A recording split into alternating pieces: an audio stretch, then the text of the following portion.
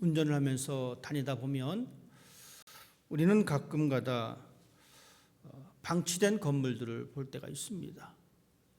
사람이 살다가 더 이상 살지 않고 떠나간 그곳, 혹은 어떤 새로운 빌딩을 짓다가 여러 가지 이유 때문에 그 빌딩 공사를 중지하고 그대로 방치된 그 건물들을 볼 때가 있습니다. 그런 것을 볼 때마다 여러분 어떤 생각이 드십니까? 물론 미관상 좋지 않습니다. 흉측스럽습니다. 철거할 거면 철거하든지 공사할 거면 계속 공사를 하든지 그냥 내버려 둡니다. 그러다 보면 그곳이 범죄의 장소로 사용되기도 합니다. 가끔가다 뉴스를 보면 그런 흉가에서 집단만 건물에서 일어난 그 사건들을 접할 때가 있습니다. 점점 사람들은 그곳에 가기를 꺼려합니다. 무서워하기도 합니다. 빌딩을 짓다만 그 공사의 현장은 온갖 자재들로 널브러져 있을 때가 있습니다. 살았던 집도 마찬가지입니다. 점점 허물어집니다.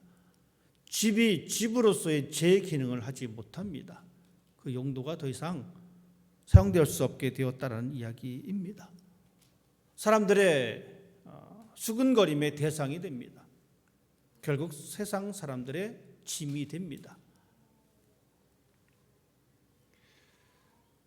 이러한 모습이 우리가 짓다만 방치된 건물을 보면서 느끼는 감정이라면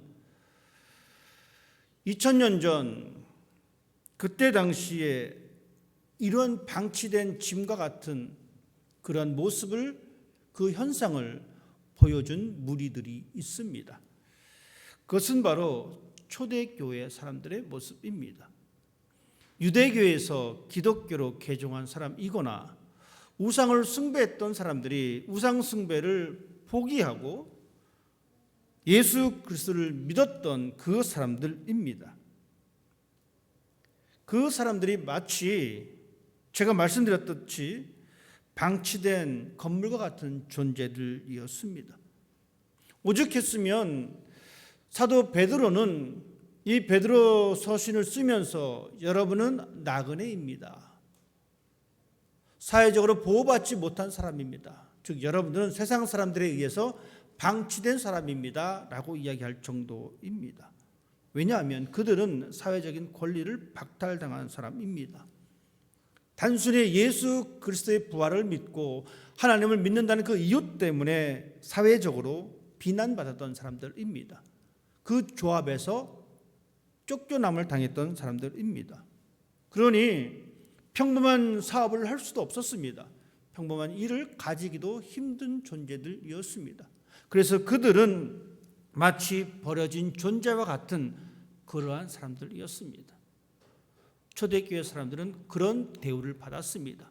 그런 대우를 자꾸 받다 보니까 사람들의 마음은 그렇게 변합니다. 아, 나는 쓸모없는 존재인가 보구나. 고난 속에 있는 성도들을 향해서 베드로 사도는 글을 썼습니다. 그것이 베드로 전서와 베드로 후서를 관통하고 있는 생각입니다. 베드로 사도는 이 글을 쓰면서 이렇게 말합니다. 당신들은 버려진 존재들이 아닙니다. 당신들은 쓸모없는 존재가 아닙니다. 당신들은 절대적인 존재입니다. 지금의 삶이 힘들지만, 물론 지금의 삶이 힘들고 어렵지만 그 너머에 있는 하나님의 영광을 바라보는 사람들입니다 라고 격려하고 있습니다. 베드로는 초대교회 사람들을 향해서 당신네들은 절대적인 존재이고 당신들은 힘든 삶을 지나고 있지만 그 너머에 있는 하나님의 영광을 바라보는 삶이고 여러분의 정체성을 결코 잃지 말라라고 이야기하고 있습니다. 오늘 본문의 내용이 바로 그러한 내용들을 다 포함하고 있습니다. 오늘 본문 2절은 이렇게 시작하고 있습니다. 갓난 아이들 같이 순전하고 신령한 젖을 사모하라. 이는 그로 말미암아 너희로 구원에 이르도록 자라게 하려 함이니라. 오늘 이 말씀을 통해서 하나님께서는 우리들에게도 동일하게 말씀해 주고 있습니다. 세상은 그리스도인들을 향하여 가치 없는 존재다라고 손가락질을 하고 비난한다 할지라도 우리는 하나님 앞에서 절대적인 존재다라고, 그래서 우리의 삶은 어떠한 삶을 살아야 되냐면 바로 이것입니다. 신령한 것을 사모하는 삶이 우리에게 필요합니다. 우리 모두는 갓난 아이와 같은 존재들입니다. 여러분, 우리의 삶이 그렇습니다. 우리는 갓난 아이입니다. 우리 교회 제일 갓난 아이는 혜운이입니다. 혜운이가 울 때가 있습니다. 언제 웁니까? 자기 몸에 뭔가 불편하면 울어 제낍니다. 배가 고프면 웁니다. 자고 싶은데 잠이 잘 안 오면 웁니다. 기저귀를 갈아야 되는데 엄마가 안 갈아주면, 아빠가 안 갈아주면 몸이 불편하니까 웁니다. 이것을 가지고 우리가 혜운이를 탓할 수는 없습니다. 너 왜 우냐? 가끔 가다가 혜운이가 설교 시간에, 예배 시간에 같이 맞장구를 칠 때가 있습니다. 누가 탓하겠습니까? 아무도 탓할 수가 없습니다. 왜냐하면 내가 지금 당장 배가 고프거든요. 그러니 울 수밖에 없다는 겁니다. 그 우는 아이를 가지고 너 왜 우냐라고 눈치 주면 그 눈치 주는 사람이 이상한 사람입니다. 여러분, 예배 시간에 혜운이 울 때 눈치 주지 마세요. 여러분 이상한 사람 되는 거예요. 왜냐하면 혜운이에게는 그것이 당연한 것이기 때문에 그렇습니다. 그것이 자신의 삶이거든요. 이것이 어린아이의 모습입니다. 이것이 어린아이의 특징입니다. 혜운이가 예배 시간에 자기 체면 차린다고 안 울진 않잖아요. 어른이라면, 그죠? 체면이 있기 때문에 땡깡을 부릴 수가 없습니다.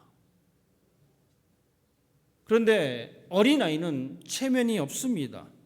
체면을 아예 모릅니다. 그러니 그냥 배고프면 우는 겁니다. 우리의 상황이 그렇습니다. 여러분, 우리는 영적으로 다 갓난 아이와 같은 존재입니다.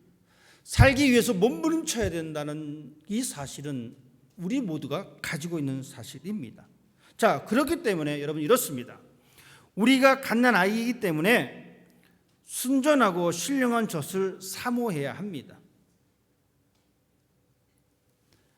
어린아이가 배고프기 때문에 울듯이 여러분, 우리도 마찬가지입니다.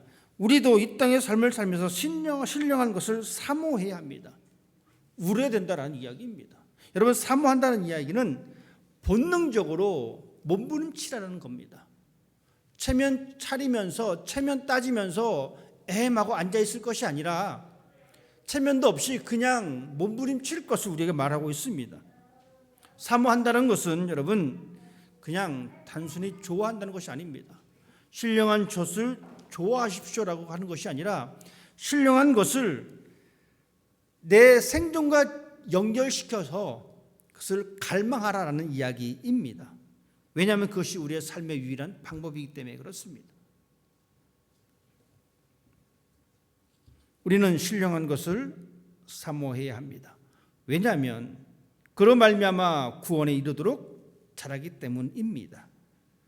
우리는 어린아이와 같기 때문에 신령한 것을 사모해야 합니다. 즉 내가 살아내기 위해서 그것을 찾아야 되고 그것을 쟁취해야만 됩니다. 왜냐하면 우리의 신앙은 성장해야 되기 때문에 그렇습니다. 하나님의 은혜로 우리는 하나님의 자녀가 되었습니다. 그 이후에 우리의 삶이 하나님의 자녀로 끝, 이것이 아니라 계속해서 한 걸음 한 걸음 성장하는 것, 이것이 바로 우리의 삶의, 우리의 신앙의 자세이어야 합니다. 우리가 성장해야 하는 것은 하나님의 말씀의 기초가 될 때에 비로소 성장할 수가 있습니다. 순전하고 신령한 젖은 바로 하나님의 말씀입니다. 우리의 영혼은 하나님의 말씀으로 인하여 성장할 수밖에 없습니다. 우리는 그 말씀을 통해서 성장하고 또한 성장된 그 우리의 신앙은 우리의 이웃의 관계를 통해서 확인받을 수가 있습니다. 우리가 하나님의 신령한 것을 사모하는 것은 우리의 영적인 이 거룩함의 생존을 위한 방법입니다. 그렇기 때문에 우리들은 하나님을 향한 영적인 식욕을 가지고 있어야 합니다. 그것도 그 영적인 식욕이 더욱더 강해야 합니다. 여러분, 먹을 것에 대한 욕심이 강한 사람은 잘 먹습니다. 그런데 먹을 것을 봐도 욕심이 없는 사람은, 즉 식욕이 없는 사람은 에이, 다음에 먹지 뭐, 이런 생각을 하게 됩니다. 이것을 우리가 영적으로 받아들일 때에 영적인 식욕이 우리에게 없다라면은 우리는 하나님 말씀 뭐 다음에 보지 뭐, 하나님 말씀 뭐 다음에 듣지 뭐. 여러분, 이런 사람은 결코 생존할 수가 없습니다. 아이가 우는 것은 배고프기 때문에, 내가 살아야 되기 때문에 울듯이 우리는 어린아이이기 때문에 하나님의 말씀을 향한 갈망하는 마음을 가지고 있을 때에 비로소 우리는 생존할 수가 있고, 비로소 우리는 신앙의 성장을 이루어낼 수가 있습니다. 하나님은 우리들에게 그것을 말씀해 주고 있습니다. 오늘 우리는 이 말씀을 들으면서 우리 자신을 한번 뒤돌아봤으면 좋겠습니다. 나는 얼마만큼 사모하고 있는지, 즉 나의 영혼이, 내 영혼의 생존을 위해서 얼마만큼 하나님의 말씀을 사모하고 있는지. 우리 모두는 영적인 존재입니다. 하나님은 영이십니다. 그렇기 때문에 우리는 영으로 하나님과 소통할 필요가 있습니다. 그것을 온전히 감당하기 위해서는 우리는 신령한 것을 사모해야 합니다. 그래서 우리의 신앙이 어제보다 더 나은 모습으로 성장하는 것, 이것이 우리의 올바른 모습이 되어야 합니다. 베드로는 우리들에게 성장을 이야기하면서 예수 그리스도를 말씀해 주고 있습니다. 4절 말씀은 이렇게 우리에게 알려주고 있습니다. 사람에게는 버림받아 되었으나 하나님께는 택하심을 입은 보배로운 산돌이신 예수께로 나아가자.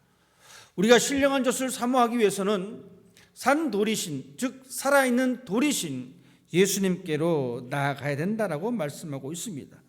그리고 그 살아있는 그 돌을 통해서 모든 것이 세워집니다. 그 돌이 바로 우리가 추구해야 할 돌입니다. 하지만 사람들은 관심이 없습니다. 사람들은 그것을 무시합니다. 하지만 그 모퉁이 돌이, 하나님께서는 그 돌을 통해서 이 건물을 세워주신다라고 말씀해 주고 있습니다. 예수님께서 산돌이 되어주십니다. 하지만 사람들은 그 돌을 외면했습니다. 그 돌을 외면했기 때문에 예수님을 십자가에 못 박게 된 것입니다. 쓸모없는 것이라고 생각하고 십자가에 처형을 해버렸습니다. 하지만 여러분, 그 산돌이신 예수님은 사람들에 의해서 외면받았지만, 사람들이 가치 없다고 생각하고 버려버렸지만 하나님께서 그 돌을 선택하셨습니다. 그리고 그것을 통해서 구원을 이루어 주셨습니다. 그 예수님께서 모퉁이의 돌이 되어 주셨습니다.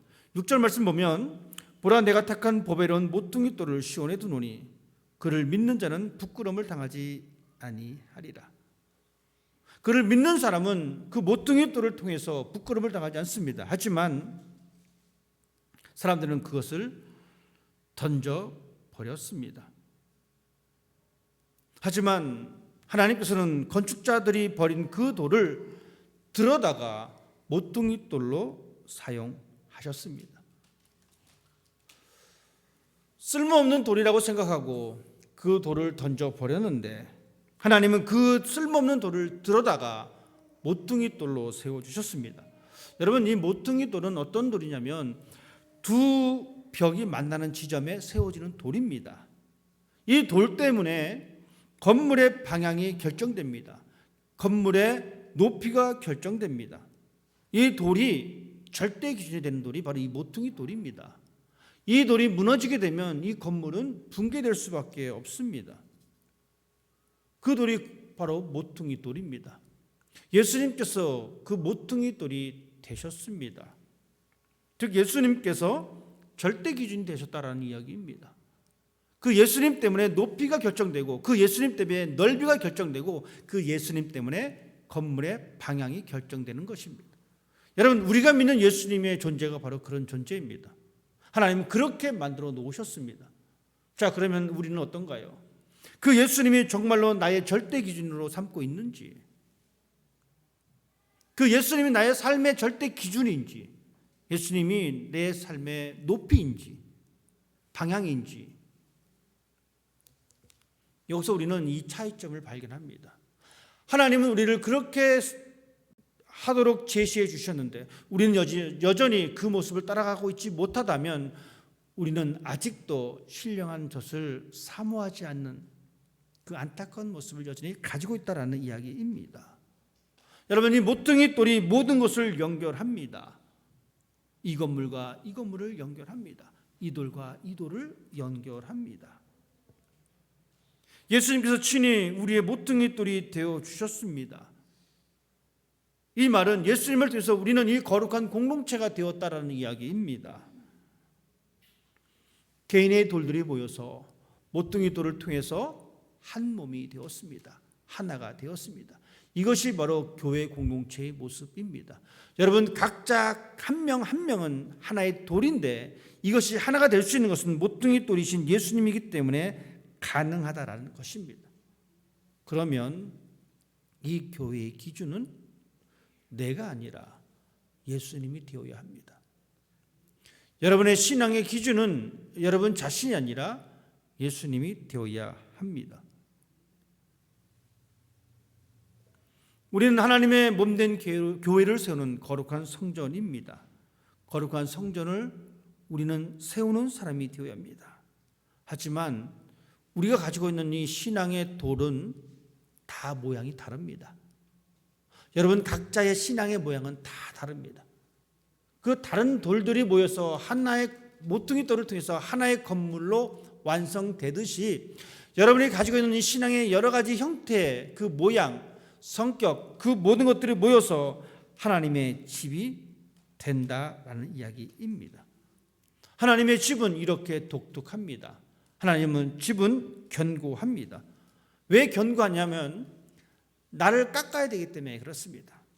나를 깎고 이 돌과 돌 사이에 부족한 것을 무엇으로 메꾸냐면 예수 그리스도의 보혈로 메꾸어지는 겁니다. 그때 교회는 비로소 단단해집니다. 여러분, 교회 공동체, 우리가 함께 드리는 이 예배 드리는 이 공동체는 바로 그러한 공동체입니다. 나만의 신앙과 상대방의 신앙으로 그냥 붙여놓는 신앙이 아니라, 그런 건물이 아니라 나의 부족함과 상대방의 부족함, 나의 장점과 상대방의 장점, 이 둘이 서로 부딪혔을 때 생기는 그 틈새, 이 틈새를 내버려 두는 것이 아니라 예수 그리스도의 보혈로 채워 넣는 것, 이것이 바로 우리의 신앙의 모습이고 이것이 교회의 아름다운 모습입니다. 많은 돌들을 쌓는 것보다 몇몇 돌들이 예수 그리스도의 보혈로 하나가 되어질 때 더 단단한 건물이 될 수가 있습니다. 우리의 신앙의 기본은 바로 그렇습니다. 우리의 살아있는 돌이 되신 예수님 위에 세워진 신앙의 모습입니다. 그 돌이 모퉁이 돌이 되어서 서로 연결시켜주는, 우리의 신앙을 하나로 묶어주는 연결의 신앙의 모습이 바로 우리 모두의 모습입니다. 초대교회 사람들은 세상 사람들로부터 거추장스러운 존재로 치부당했습니다. 우리 역시 마찬가지일지도 모릅니다. 세상 사람들에 의해서 연약한 사람이라고, 무시해도 되는 사람이라고 치부당할 수도 있습니다. 하지만 기억하십시다.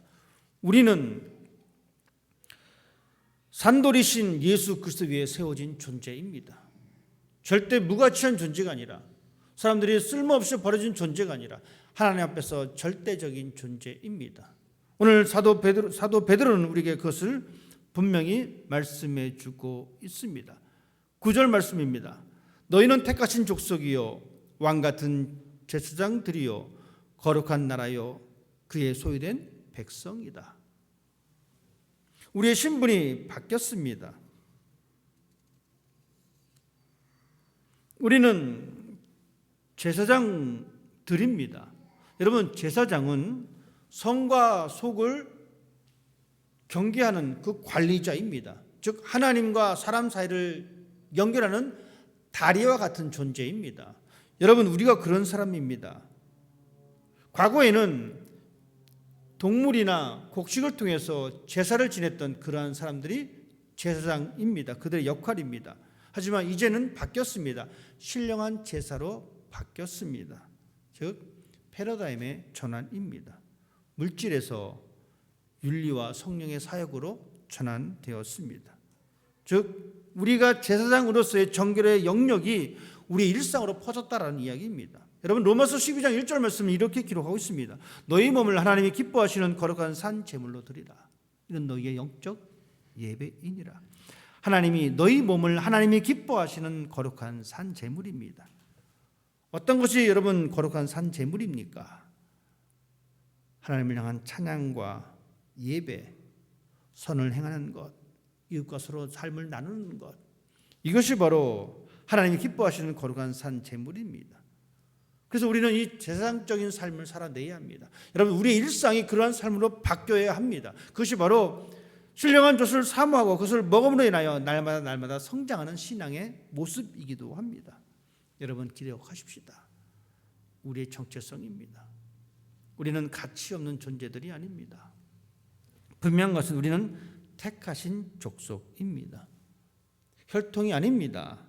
하나님의 은혜로 하나님의 자녀된 우리의 모습입니다.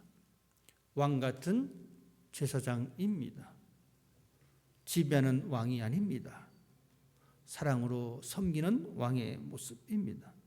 우리 모두는 제사장인데 참된 왕을 섬기는 거룩한 제사장입니다. 우리의 존재가 그렇습니다. 여러분의 존재가 그렇습니다. 그냥 제사장이 아닙니다.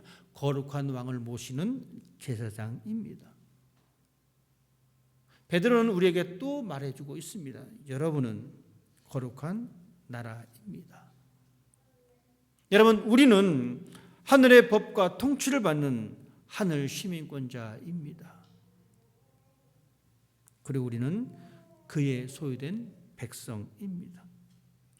하나님의 백성입니다. 여러분 주머니에 뭐가 들어 있습니까? 이 말의 표현은 이렇습니다. 내 주머니에 있는 보물이라는 이야기입니다. 즉 하나님의 주머니 속에 있는 보물입니다. 나란 존재가 그렇습니다. 여러분이라고 하는 존재가, 여러분의 정체성이 바로 그런 사람들입니다. 여러분은 하나님의 주머니 속에 있는 가장 귀한 보물입니다. 우리는 세상 사람들이 바라봤을 때에 버려진 돌 같은 존재이지만 하나님은 우리를 하나님의 긍휼로 보배롭고 존귀한 존재로 만들어 놓으셨습니다. 그러니 우리는 그렇게 살아낼 수밖에 없습니다. 하나님이 그렇게 하셨기 때문에 우리는 이 땅의 삶을 살면서 택하신 족속으로, 왕 같은 제사장으로, 거룩한 나라로, 그의 소유된 백성으로 우리는 살아낼 수가 있습니다.